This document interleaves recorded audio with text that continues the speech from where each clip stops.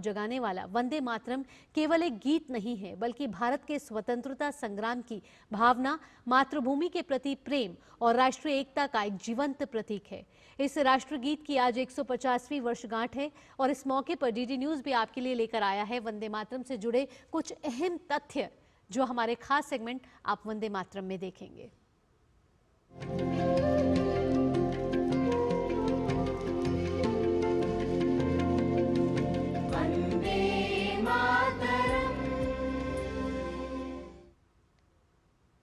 महान राष्ट्रभक्त बंकिम चंद्र चट्टोपाध्याय ने 7 नवंबर 1875 को अक्षय नवमी के दिन देशभक्ति गीत वंदे मातरम की रचना की।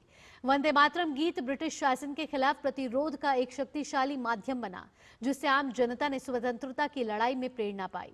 धीरे धीरे वंदे मातरम आजादी के हर सिपाही का स्वर बन गया। आजादी के बाद भी ये देश को एक सूत्र में पिरोने का काम कर रहा है।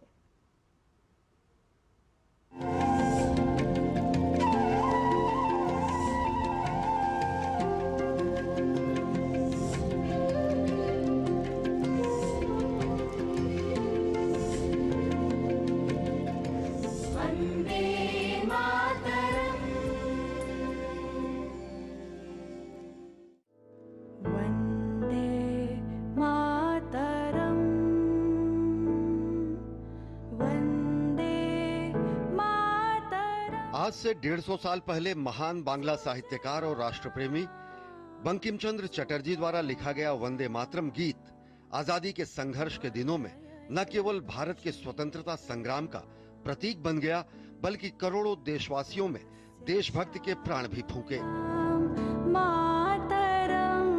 वंदे मातरम की रचना ब्रिटिश सत्ता के विरोध और देश प्रेम की भावना से ओतप्रोत एक ऐसी कहानी है जिसने स्वतंत्रता संघर्ष को नए आयाम दिए।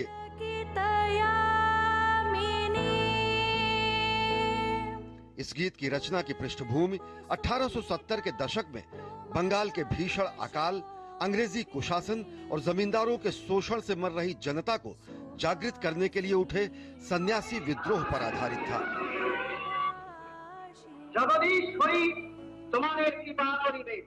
वंदे मातरम प्रसिद्ध उपन्यास आनंद मठ का एक भाग है। दरअसल गुलामी के दिनों में ब्रिटिश सरकार ने एक तुगलकी फरमान जारी करते हुए कहा कि भारत में गॉड सेव द क्वीन नामक विदेशी गीत गाया जाएगा। राष्ट्रवादियों ने ब्रिटिश सरकार द्वारा थोपे जाने वाले इस औपनिवेशिक गीत को अपनाने से साफ इनकार कर दिया। गुलामी के प्रतीक ब्रिटिश सरकार के इस फैसले के विरोध में बंकिम चंद्र चटर्जी ने 7 नवंबर 1875 को अक्षय नवमी के दिन देशभक्ति गीत वंदे मातरम की रचना की।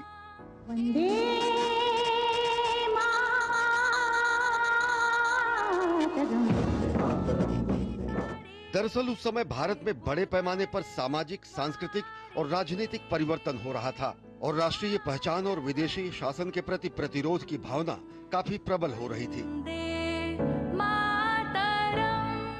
ऐसे में वंदे मातरम गीत ने मां भारती को शक्ति, समृद्धि और दिव्यता के प्रतीक के रूप में प्रस्तुत किया और भारत की एकता और आत्मसम्मान की भावना को जागृत करते हुए उसे एक काव्यात्मक स्वरूप दिया। जल्द ही ये गीत राष्ट्र के प्रति भक्ति, समर्पण और अमरता का प्रतीक बन गया और आज भी यह गीत भारत की भाषाई और सांस्कृतिक विविधता में एकता का प्रतीक है। वंदे मातरम गीत आजादी के हर सिपाही का स्वर बन गया। क्या क्रांतिकारी और क्या अहिंसा के पुजारी, सभी इसका उद्घोष करते थे और समय के साथ संस्कृत के दो शब्द वंदे और मातरम ने पूरे भारत और भारतीय भाषाओं को एकता के सूत्र में बांध दिया। स्वतंत्रता संग्राम के दिनों में विष्णु दिगंबर पुलस्कर वंदे मातरम को हर कांग्रेस अधिवेशन में गाते थे। एक बार तो मोहम्मद अली जब उन्हें रोकने की कोशिश की तो उन्होंने मोहम्मद अली की बातों को नकारते हुए इसे गाया।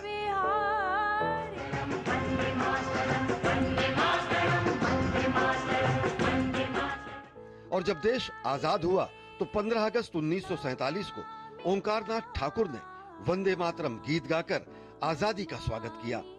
आजादी का प्रतीक और हमारे स्वतंत्रता संघर्ष की निशानी इस राष्ट्रीय गीत का अनेक भाषाओं में अनुवाद किया गया। प्रख्यात लेखक, कवि और स्वतंत्रता सेनानी सुब्रमण्यम भारती ने इसका तमिल में अनुवाद किया। स्वर कोकिला लता मंगेशकर ने कन्नड़ भाषा में वंदे मातरम की शानदार प्रस्तुति दी है। स्वतंत्रता की 50वीं वर्षगांठ के अवसर पर स्वस्थ न होने के बावजूद पंडित भीमसेन जोशी ने संसद भवन के सेंट्रल हॉल में खड़े होकर वंदे मातरम गीत गाया। यहां रुक रहे एक छोटे से ब्रेक के लिए, जल्द हाजिर होते हैं। हिंग देना वो वाली MDH की सुपर हीट। जिन्होंने यूज किया है वो जानते हैं असली हींग का स्वाद। MDH सुपर हीट, शुद्धता का असली तड़का। असली मसाले सच सच MDH। अरे द्रविड़ जी, आपको गैराज छोड़ दूं? आइए। काश आप जैसा गेम चेंजर हमारे पास भी होता। है ना, खेती का गेम चेंजर। जय किसान नवरत्न नैनो शक्ति नैनो DAP, इसके हर ड्रॉप में है करोड़ों नैनो पार्टिकल्स की शक्ति। नैनो पार्टिकल्स के कारण पत्तियां इन्हें दोनों साइड से एब्जॉर्ब करें बिना वेस्टेज और उपज खूब बढ़ाएं।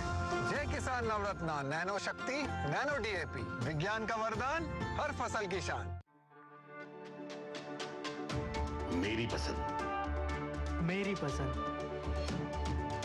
मेरी पसंद, मेरी पसंद, हमारी पसंद। हम सबकी पसंद। मजबूत देश का मजबूत सरिया हो गया स्टील। पता है, लोग अक्सर मुझसे पूछते हैं कॉल सेंटर का स्टेडी जॉब क्यों छोड़ा। I wanted more out of life. बस मैंने अपना स्टार्टअप शुरू किया। जानना चाहोगे कैसे? Then start up your own business as an LIC agent. यहाँ सब कुछ है। Great products, zero investment, leading organization and unlimited opportunities. तो क्या आप तैयार हैं? LIC एजेंट बनो। अब बड़ा सोचो। हमारी वेबसाइट पर जाएं या अपनी नजदीकी LIC शाखा से संपर्क करें। सस्ते वाले दाल मसाले स्वाद हुआ बेकार, MDH की हल्दी मिर्ची धनिया करे कमाल। ये रंग दे, ये खुशबू दे, ये तीखा, ये कम पड़े। क्या निराला MDH मसाला।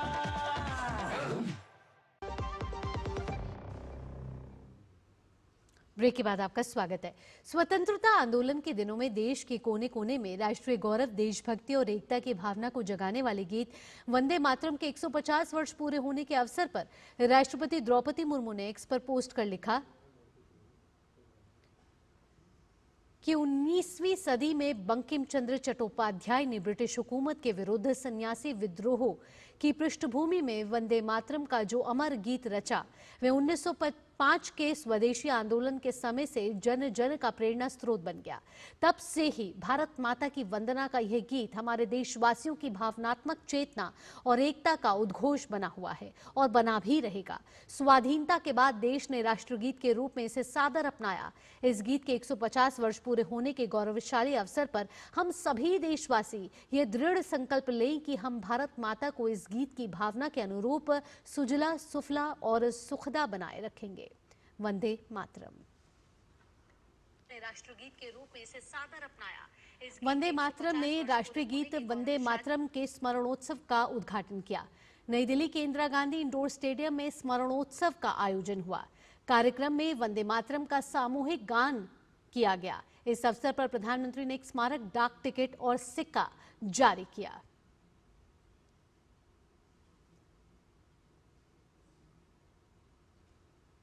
साथ ही पीएम ने वंदे मातरम 150.in वेबसाइट का भी शुभारंभ किया। राष्ट्रीय गीत वंदे मातरम के 150 वर्ष पूरे होने के उपलक्ष्य में स्मरणोत्सव का आयोजन किया जा रहा है। ये उत्सव इस साल 7 नवंबर से अगले साल 7 नवंबर तक चलेगा। वंदे मातरम गीत बंकिम चंद्र चट्टोपाध्याय ने 7 नवंबर 1875 को लिखा था। कार्यक्रम में अपने संबोधन में प्रधानमंत्री नरेंद्र मोदी ने कहा कि वंदे मातरम गीत ने अमरत्व को प्राप्त कर लिया है। ये गीत हर दौर में प्रासंगिक है। वंदे मातरम हर दौर में, हर कालखंड में प्रासंगिक है। इसने अमरता को प्राप्त किया है। वंदे मातरम की पहली पंक्ति है, सुजलाम सुफलाम मलयज शीतलाम सत्य श्यामलाम मातरम, अर्थात प्रकृति के दिव्य वरदान से सुशोभित हमारी सुजलाम सुफलाम मातृभूमि को नमन। साथियों, यही तो भारत की हजारों साल पुरानी पहचान रही है। यहां की नदियां, यहां के पहाड़, यहां के वन, वृक्ष और यहां की उपजाऊ मिट्टी, ये धरती हमेशा सोना उगलने की ताकत रखती है। सदियों तक दुनिया भारत की समृद्धि की कहानियां सुनती रही थी। प्रधानमंत्री नरेंद्र मोदी ने राष्ट्रीय गीत वंदे मातरम के स्मरणोत्सव कार्यक्रम में आयोजित प्रदर्शनी का भी अवलोकन किया। प्रदर्शनी वंदे मातरम गीत के गौरवशाली इतिहास को प्रदर्शित करती है।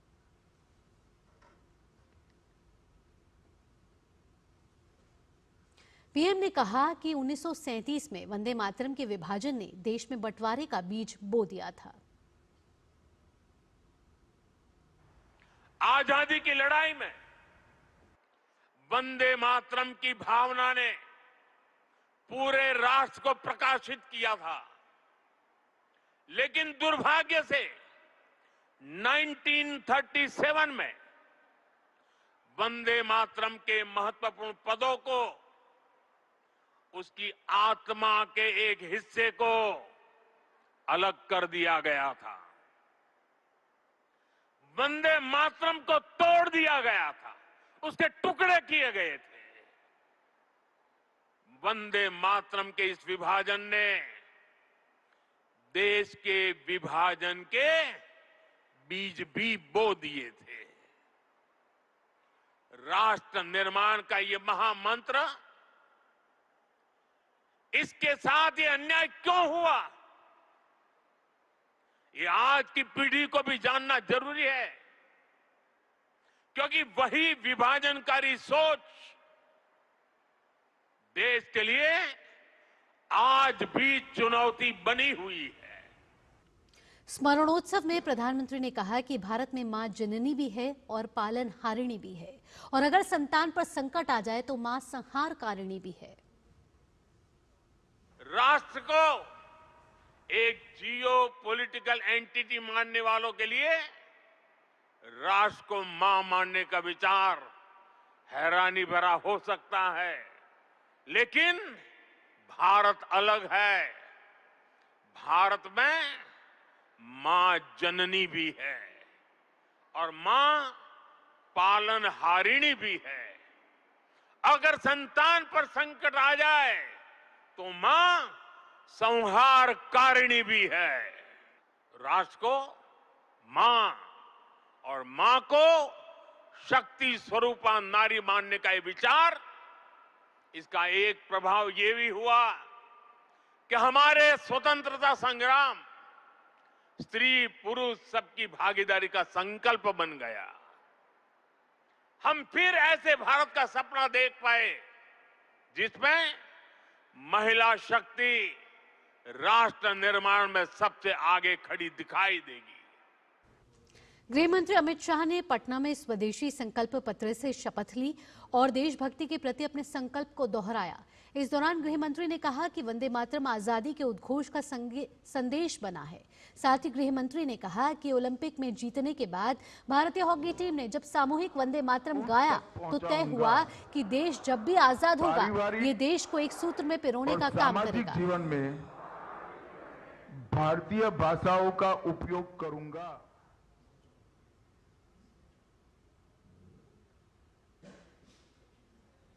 सजग रहकर स्वदेशी और प्रकृति अनुकूल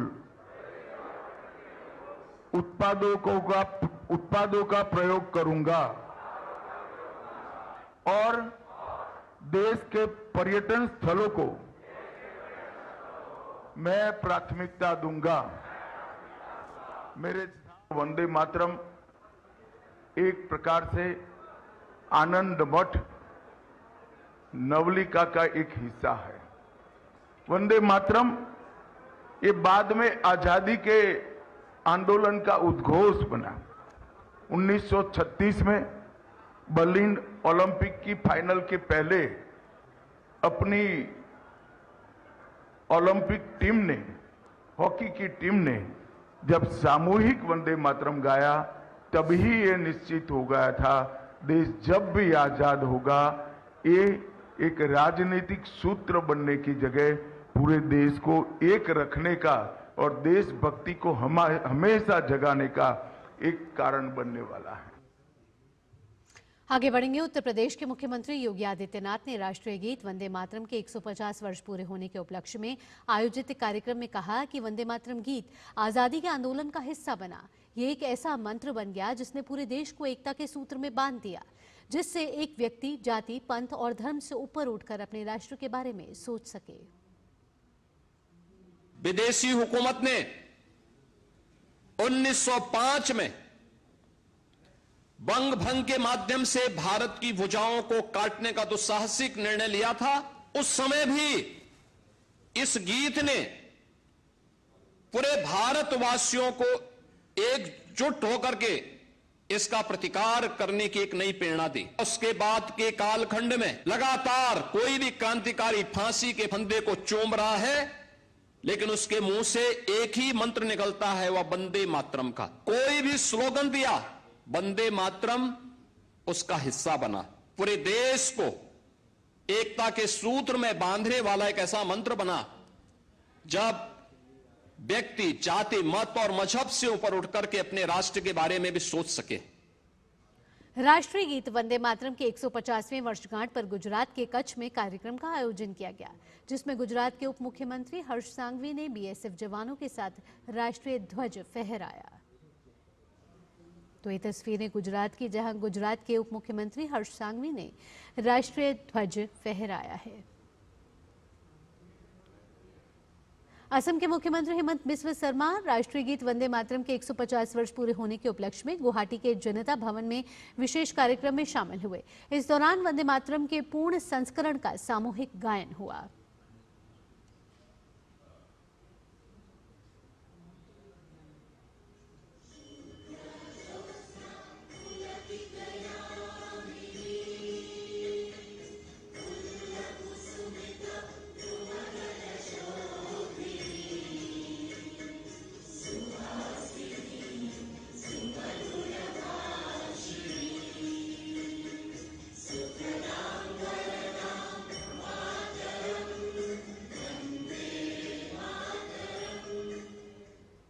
वंदे मातरम के 150 वर्ष पूरे होने के अवसर पर बीकानेर में प्रभात फेरी के साथ कार्यक्रम की शुरुआत हुई। प्रभात फेरी में सबसे आगे राष्ट्रीय और अंतर्राष्ट्रीय साइकिल धावक रहे।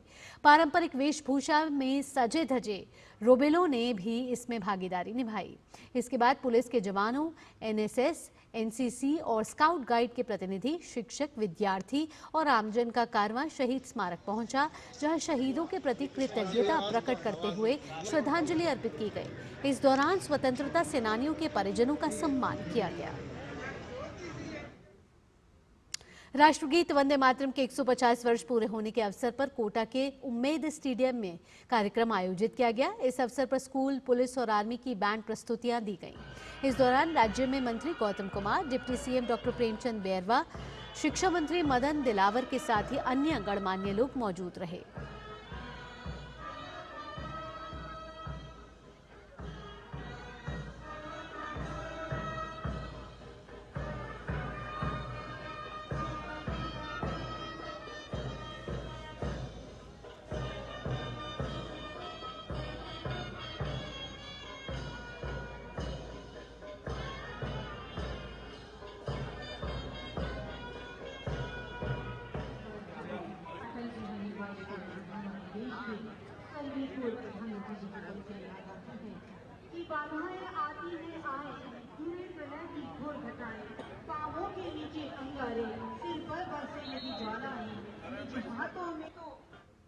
राष्ट्रीय गीत वंदे मातरम के 150 वर्ष पूरे होने के अवसर पर पूरे देश में विशेष कार्यक्रम आयोजित किए जा रहे हैं।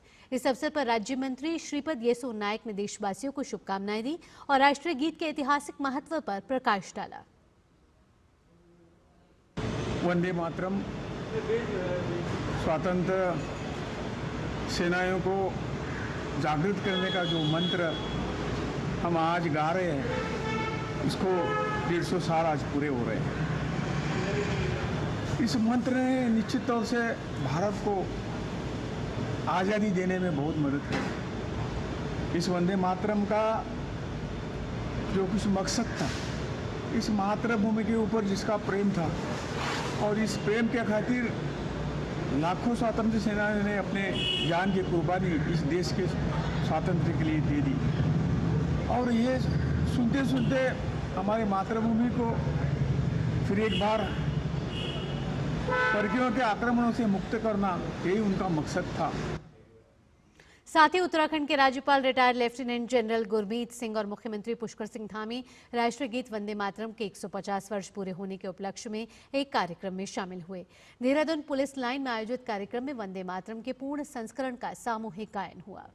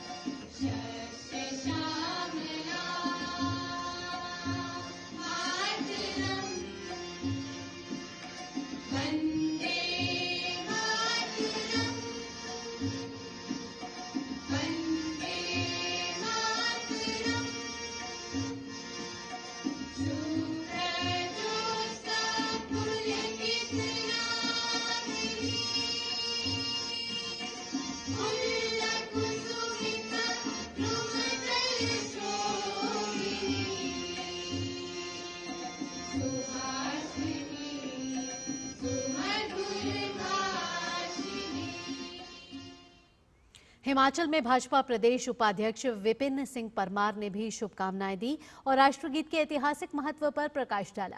विपिन सिंह ने कहा कि वंदे मातरम सिर्फ एक गीत नहीं, बल्कि ये भारत की स्वतंत्रता संग्राम की आत्मा रहा है। वंदे मातरम के ऊपर अलग अलग कार्यक्रम पूरे प्रदेश में होने वाले हैं। 1875 में बंकिम चंद्र चट्टोपाध्याय जी ने लिखा और 1895 में इसको ठाकुर रविंद्रनाथ टैगोर जी ने इसको गाया था। वंदे मातरम एक जुनून था, एक नारा था, एक कविता नहीं। इस देश के वीर क्रांतिकारियों के लिए, जिन लोगों ने देश के लिए कुर्बानी दे दी, राष्ट्रीय गीत की जो महत्वता है वो हम जन जन तक इसको सामूहिक रूप से पूरे देश में वाचन करवाएंगे और उस वाचन में पूरा समाज आएगा।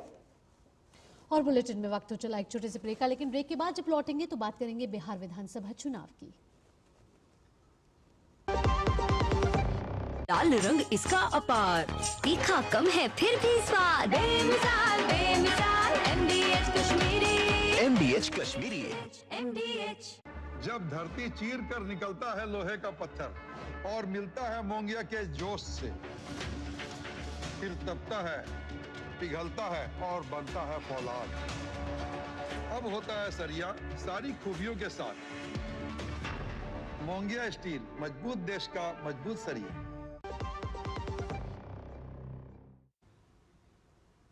ब्रेक के बाद आपका स्वागत है। आइए आगे बढ़ते हुए अब बात कर लेते हैं बिहार विधानसभा चुनाव की, जहां पहले दौर का मतदान कल शांतिपूर्ण संपन्न हो गया। पहले दौर में रिकॉर्ड 64.66% वोट डाले गए और इसी के साथ 1314 प्रत्याशियों की सियासी किस्मत ईवीएम मशीनों में बंद हो गई। अब 14 नवंबर को मतगणना होगी। पहले दौर में चुनौती पेश कर रहे प्रमुख उम्मीदवारों में उप मुख्यमंत्री सम्राट चौधरी और विजय कुमार सिन्हा के साथ नीतीश मंत्रिमंडल के 16 मंत्री और राजद नेता तेजस्वी प्रताप यादव शामिल हैं। छुटपुट घटनाओं को छोड़कर मतदान कुल मिलाकर शांतिपूर्ण रहा।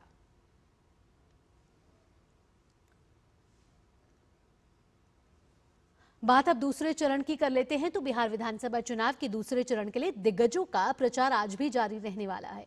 प्रधानमंत्री और बीजेपी के वरिष्ठ नेता नरेंद्र मोदी आज बिहार में 2 स्थानों पर चुनावी रैली करेंगे। प्रधानमंत्री दोपहर 1:30 बजे के बाद औरंगाबाद में जनसभा करेंगे और जिले की गोह, ओबरा, नवीनगर, कुटुंबा, रफीगंज और औरंगाबाद विधानसभा सीट पर एनडीए प्रत्याशियों के पक्ष में वोट मांगेंगे। इसके बाद लगभग 3:30 बजे भभुआ में उनकी जनसभा होगी। वहीं प्रधानमंत्री मोदी कैमूर जिले की भभुआ विधानसभा सीट के एनडीए उम्मीदवार के लिए प्रचार करेंगे। भाजपा के स्टार प्रचारक और गृह मंत्री अमित शाह आज बिहार में कई रैलियां करेंगे, साथ ही सार्वजनिक कार्यक्रमों में हिस्सा लेंगे। अमित शाह जमुई, झाझा और चकाई में विशाल जनसभाओं को संबोधित करेंगे। एनडीए प्रत्याशियों के समर्थन में मतदाताओं से वोट देने की अपील करेंगे। दोपहर करीब 1:30 बजे उनका कार्यक्रम भागलपुर जिले की पीरपैंती, कहलगांव, बिहपुर और गोपालपुर में है, जहां वो एक बड़ी चुनावी रैली को संबोधित करेंगे। शाम को अमित शाह पूर्णिया पहुंचेंगे, जहां वो रोड शो करेंगे।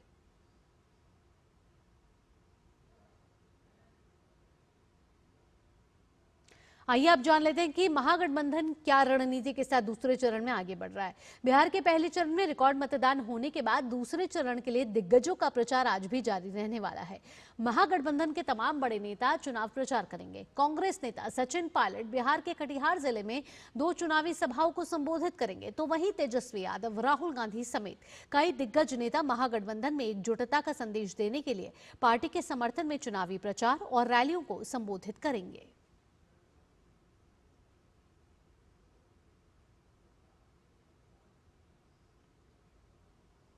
और बिहार विधानसभा चुनाव के दूसरे चरण के चुनाव के लिए नेताओं ने अब कमर कस ली है। 11 तारीख को 122 सीट पर होने वाले चुनाव प्रचार के लिए दिल्ली समेत देश भर के नेताओं ने डेरा डाल रखा है। आइए देखते हैं कि कैसे एनडीए और महागठबंधन में बयानों के तीर इस समय चल रहे हैं। तो कोई नकार नहीं सकता है कि बिहार, आगे बढ़ता हुआ बिहार और विकसित भारत की ओर बढ़ता हुआ बिहार यदि किसी ने बनाने का काम किया है तो नीतीश कुमार जी मुख्यमंत्री के नेतृत्व में ही। 14 तारीख को सुबह 8 बजे मतगणना होगी। 11 बजते लालू और राहुल की पार्टी का सुपड़ा साफ हो। याद रखिए, ये महागठबंधन कांग्रेस आरजेडी के रूप में झूठ का पुलंदा लेकर के झूठे वायदे करने के लिए आपके बीच आया है, और हम लोग तो मोदी जी के नेतृत्व में जो बोलते हैं वो करके दिखाते हैं। भगवान राम के लिए भी ये हमारे कांग्रेस और कांग्रेस के साथ वाले लोग जीवन भर प्रमाण पूछते रहिए। सुप्रीम कोर्ट, हाई कोर्ट, कहां पैदा हुए राम, किसने देखे, कौन प्रमाण देगा। अब आप बताओ, भगवान राम और कृष्ण की धरती पर भी अयोध्या में भगवान राम पैदा हो, कितना दुर्भाग्य कांग्रेस के लोगों का, वो वहां प्रमाण मांग रहे थे। तेजस्वी यादव ने क्या बोला कि हमारा सरकार आने से हम वक्फ कानून को दोबारा लेके आऊंगा। अरे तेजस्वी, तुम क्या कर सकते हो? कुछ नहीं कर सकते हो। महागठबंधन की सरकार किसी एक जात की सरकार नहीं होगी, किसी एक धर्म की सरकार नहीं होगी। मैं आपको गारंटी कह रहा हूं, महागठबंधन की सरकार अति पिछड़ों की होगी, पिछड़ों की होगी, महादलितों की होगी, दलितों की होगी, अल्पसंख्यकों की होगी, गरीब जनरल कास्ट की होगी। सबसे महत्वपूर्ण बात यह है कि आपको इस देश के निर्माण में अपनी भागीदारी, अपना अस्तित्व समझना पड़ेगा। आपको समझना पड़ेगा कि इस देश को बनाने वाले आप हैं, आपके पूर्वज हैं। सब लोगों को मिलकर नंबर 1 बिहार बनाना है, नया बिहार बनाना है, जहां पढ़ाई, दवाई, कमाई, सिंचाई, सुनवाई और कार्रवाई वाली सरकार हो, भ्रष्टाचार, अपराध मुक्त सरकार हो। सभी लोगों को अपना अपना मत देना चाहिए और एक एक वोट का महत्व है। पूर्व कांग्रेस नेता आचार्य प्रमोद कृष्णम ने राहुल गांधी पर निशाना साधा है। आचार्य प्रमोद कृष्णम ने कहा कि राहुल गांधी देश को लूटना चाहते हैं, इसलिए वे हर चीज में चोरी का आरोप लगाते हैं। पूरी जिंदगी देश की संपदा को चोरी करते करते बीत गई, लूटते लूटते बीत गए। कभी कहते हैं राफेल में चोरी हुई, कभी कहते हैं वोट चोरी हुई, कभी कहते हैं कि साहब जो अडानी ने चोरी कर ली, कभी कहते हैं अंबानी ने चोरी कर ली, कभी कहते हैं संसद खराब है। तो बेसिकली इनका जो विश्वास है वो भारतीय लोकतंत्र और भारत के संविधान में नहीं है, भारत की संसद में नहीं है, भारत की सर्वोच्च अदालत में नहीं है, सनातन में नहीं है। ये सनातन विरोधी लोग हैं। प्रधानमंत्री कल अपने पहुंचने वाले हैं संसदीय क्षेत्र। प्रधानमंत्री नरेंद्र मोदी कल अपने संसदीय क्षेत्र वाराणसी में 4 नई वंदे भारत ट्रेनों को झंडी दिखाएंगे। नई वंदे भारत एक्सप्रेस ट्रेनें बनारस खजुराहो, लखनऊ सहारनपुर, फिरोजपुर दिल्ली और एर्नाकुलम बेंगलुरु मार्गों पर चलेगी। ये यात्रा समय में कमी लाएगी, इनमें क्षेत्रीय गतिशीलता बढ़ेगी और कई राज्यों में पर्यटन के साथ ही व्यापार को बढ़ावा मिलेगा। बनारस खजुराहो वंदे भारत एक्सप्रेस इस रूट पर सीधी कनेक्टिविटी प्रदान करेगी और वर्तमान में चल रही विशेष ट्रेनों की तुलना में लगभग 2 घंटे 40 मिनट की बचत करेगी। ये ट्रेन वाराणसी, प्रयागराज, चित्रकूट और खजुराहो को जोड़ेगी। लखनऊ सहारनपुर वंदे भारत एक्सप्रेस लगभग 7 घंटे 45 मिनट में यात्रा पूरी करेगी, जिससे यात्रा समय में लगभग 1 घंटे की बचत होगी। इससे लखनऊ, सीतापुर, शाहजहांपुर, बरेली, मुरादाबाद, बिजनौर और सहारनपुर के यात्रियों को बहुत लाभ होगा। फिरोजपुर दिल्ली वंदे भारत इस रूट पर सबसे तेज चलने वाली ट्रेन होगी, जो अपनी यात्रा मात्र 6 घंटे 40 मिनट में पूरी कर लेगी। ये दिल्ली और पंजाब के फिरोजपुर, भटिंडा और पटियाला जैसे प्रमुख शहरों के बीच संपर्क को मजबूत करेगी। कल शुरू होने वाली नई वंदे भारत ट्रेनों में दक्षिण भारत के एर्नाकुलम बेंगलुरु वंदे भारत एक्सप्रेस भी शामिल है। ये प्रमुख आईटी और वाणिज्यिक केंद्रों को जोड़ेगी और यात्रा समय में 2 घंटे से ज्यादा की कमी लाएगी। ये रूट केरल, तमिलनाडु और कर्नाटक के बीच आर्थिक कार्यकलापों और पर्यटन को बढ़ावा देगा, जिससे क्षेत्रीय विकास और सहयोग में सहायता मिलेगी। भाजपा नेता मिथुन चक्रवर्ती ने एसआईआर का विरोध करने को लेकर ममता बनर्जी की आलोचना की है। मिथुन चक्रवर्ती ने कहा कि ये लोग अफवाहें फैलाकर और डराकर लोगों को खुश करना चाहते हैं।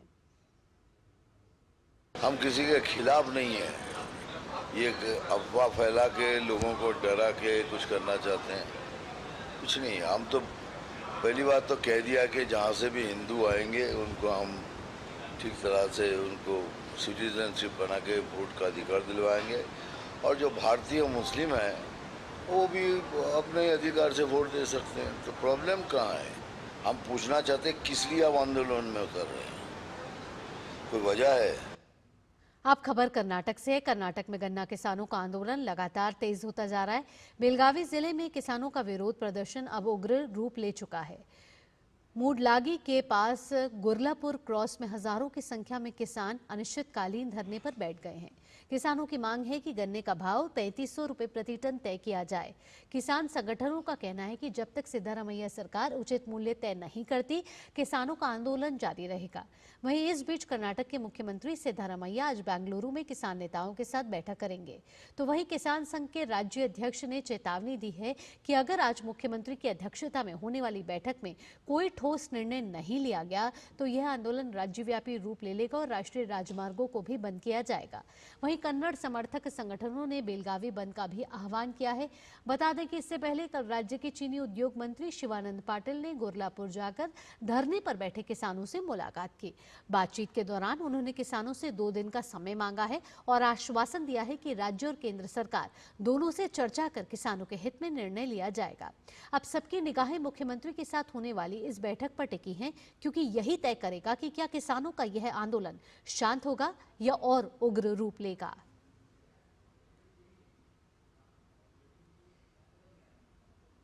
दो नवंबर से 20 दिसंबर तक रियाद में ग्लोबल हार्मनी इनिशिएटिव का दूसरा संस्करण आयोजित हो रहा है। इसे लेकर भारत सऊदी अरब संबंधों में इसकी प्रासंगिकता पर पूर्व भारतीय राजनयिक जिक्र उर रहमान ने की डीडी न्यूज से खास बातचीत। हमारे साथ रियाद में हैं भारत के पूर्व राजदूत ज़कीउर रहमान जी, और ये यहाँ पर सऊदी अरेबिया में भी पहले सर्व कर चुके हैं। चलिए उनसे बात करते हैं। ग्लोबल हार्मनी इनिशिएटिव का दूसरा संस्करण चल रहा है रियाद में। आप बहुत पहले से इससे एसोसिएटेड हैं। कुछ बताइए कि जहाँ तक हम क्रॉस कल्चरल कनेक्ट की बात करते हैं, जो अलग अलग संस्कृतियाँ हैं उनकी मेल की बात करते हैं, तो वो इस इनिशिएटिव से कैसे आगे बढ़ रहा है? देखिए, ये एक ऐसा इनिशिएटिव इन्होंने लिया है जो खाली क्रॉस कल्चरल नहीं है, लेकिन एक दूसरे के साथ मिलना, ये बहुत इम्पोर्टेंट है। आप देखिए कि पहले सऊदी जो हैं वो कभी दूसरी बाहर की कम्युनिटी से ज़्यादा मिलते नहीं थे, ना उनकी औरतों से कोई इंटरेक्शन होता था। इनके क्राउन प्रिंस आए हैं और उन्होंने विजन 2030 दिया है, विजन 2030 दिया है। तब से सऊदी अरबिया बहुत ओपन होना शुरू हो गया आहिस्ता आहिस्ता। इनका जो असल मकसद है वो ये है कि जो बाहर की इतनी सारी कम्युनिटीज़ हैं जो यहाँ रहती हैं, बाहर के लोग जो यहाँ रहते हैं, वो यहाँ के लोकल लोगों के साथ मिलें जुलें, उनका तरीक़ा देखें, उनका कल्चर देखें, उनकी संस्कृति देखें, उनकी ज़बान को सुनें। हम इंडिया वीक मना रहे हैं तो उसमें इंडियन इतने नहीं आते हैं जितने सऊदी आते हैं, और उसकी वजह से कि सऊदियों को पता है कि अगर इंडियंस का प्रोग्राम है और इंडियंस का वीक मनाया जा रहा है तो हम जाएंगे। उनको यहाँ खाना भी मिलता है, उनको यहाँ म्यूज़िक भी मिलता है, उनके यहाँ लोग भी मिलते हैं, उनके यहाँ अच्छी बात करने वाले भी मिलते हैं। अब आप यहाँ देखिए, लोग चूड़ियाँ बना रहे हैं, कोई साफ़ा बना रहा है, जितने भी हमारे जो दस्तकार हैं वो सब यहाँ हैं। तो ये एक इतना बड़ा अट्रैक्शन है और सऊदियों के लिए और यहाँ के लोगों के लिए एक नमूना है, और वो कहते हैं कि ये काश हमें मालूम होता पहले से कि ये ऐसी चीज़ है। 1990s में आप यहाँ थे, तब से अब तक सऊदी अरेबिया कितना बदल चुका है?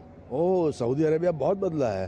पहले सऊदी अरेबिया में तो हम ये सब चीज़ें सोच भी नहीं सकते थे जो आज देख रहे हैं। लड़कियां ख़ास तौर पर आप देखिए हर जगह काम कर रही हैं, रिसेप्शनिस्ट हैं वो जो है, और सरकारी दफ्तरों में हैं। और ये जो यहाँ की जो औरतें हैं वो तो ताज्जुब की बात ये है कि 50% से ज़्यादा सरकारी महकमों में है। सऊदी अरेबिया सिर्फ बदल नहीं रहा है, लेकिन वो अपनी कहानी जो बदलाव की है वो भी दुनिया तक दिखा रहा है।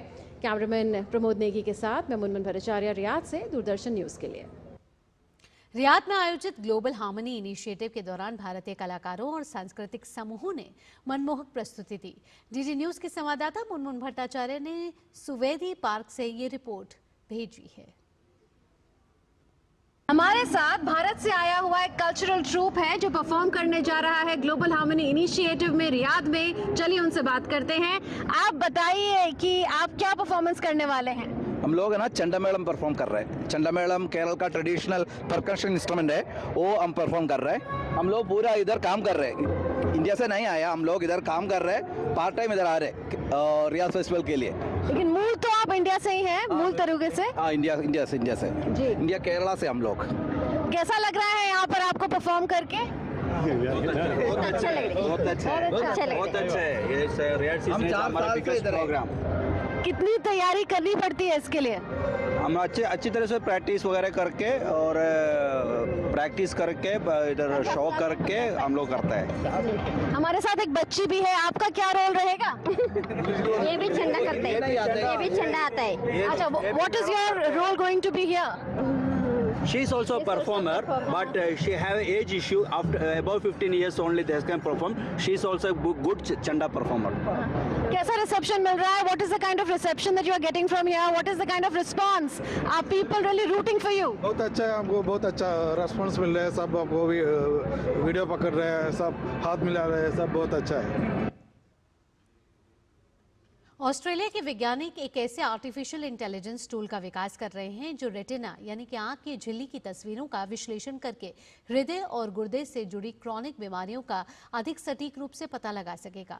ऑस्ट्रेलिया की मोनाश यूनिवर्सिटी के नेतृत्व में चल रहे इस शोध परियोजना का उद्देश्य एक फाउंडेशनल AI मॉडल तैयार करना है जो रेटिना की छवियों के माध्यम से कई तरह की सिस्टमैटिक बीमारियों की पहचान कर सके। शोध दल उन्नत एआई तकनीक की मदद से सैकड़ों हजारों लोगों के स्वास्थ्य डेटा से जुड़ी रेटिना छवियों का विश्लेषण करेगा ताकि नॉन इन्वेसिव और अधिक सटीक स्क्रीनिंग उपकरण विकसित किए जा सके और ये समय रहते रोग की पहचान, उपचार और रोकथाम में मदद कर सके।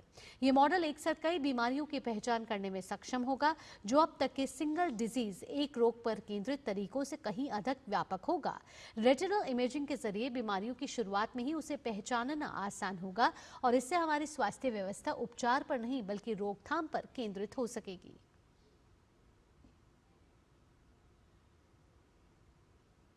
खेल से जुड़ी खबरों का रुख कर लेते हैं। आईसीसी महिला क्रिकेट विश्व कप 2025 का खिताब जीतने वाली भारतीय महिला क्रिकेट टीम के खिलाड़ियों का अब अपने गृह नगर पहुंचने का सिलसिला शुरू हो चुका है। इसी कड़ी में आज भारतीय टीम की धुरंधर खिलाड़ी अमनजोत कौर और हरलीन देओल का मोहाली एयरपोर्ट पर जोरदार स्वागत किया गया।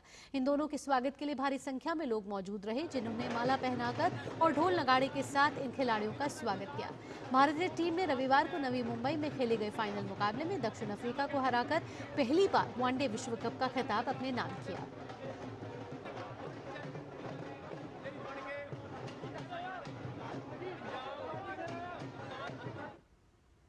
इसी के साथ इस बुलेटिन में इतना ही। देश और दुनिया की बाकी खबरों के लिए जुड़े रहिए डीडी न्यूज के साथ। दीजिए अनुमति। नमस्कार।